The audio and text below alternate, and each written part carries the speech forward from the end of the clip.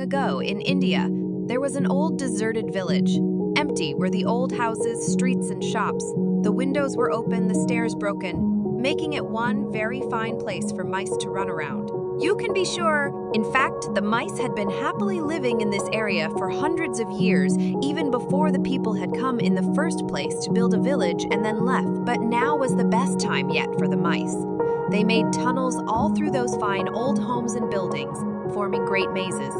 What good times they had with their many dinner parties and festivals, weddings and feasts. And so time passed. One day, a herd of elephants, numbering in the thousands, stomped through the village on their way to a big lake in the west. All the elephants were thinking about as they marched was how good it would be to jump in that lake for a cool swim.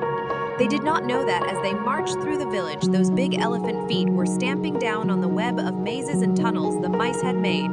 What a mess the elephants left behind. The mice quickly held a meeting. If the herd comes back this way again, our community is doomed, cried one mouse. We won't stand a chance, cried another.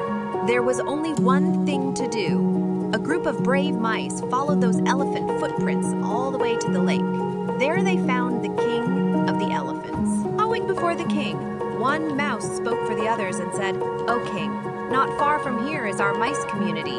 It's in that old deserted village you passes through. You may remember it?" "Of course I remember it," said the Elephant King. "We are elephants, but we did not know a mice community was there." "How could you?"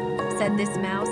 "But your herd stamped out many of the homes where we have lived for hundreds of years. If you were to return the same way, that would surely be the end of us. We are small and you are big.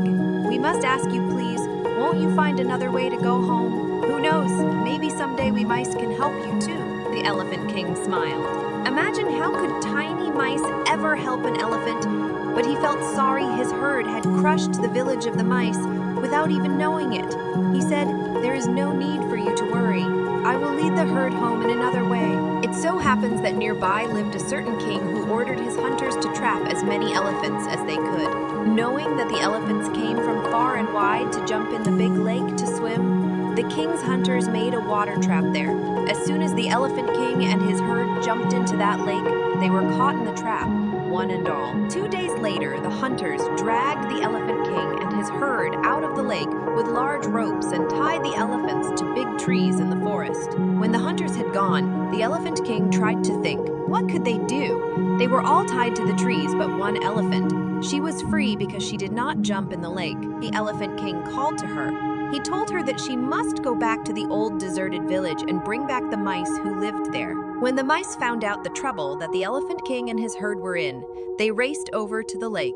Seeing the king and his herd tied up, they quickly ran over to the ropes and began chewing. They chewed and chewed as quickly as they could. Soon the ropes were chewed all the way through, and the mice set their large friends free. The elephant herd found a new way home, and the mice community lived on for many years to come.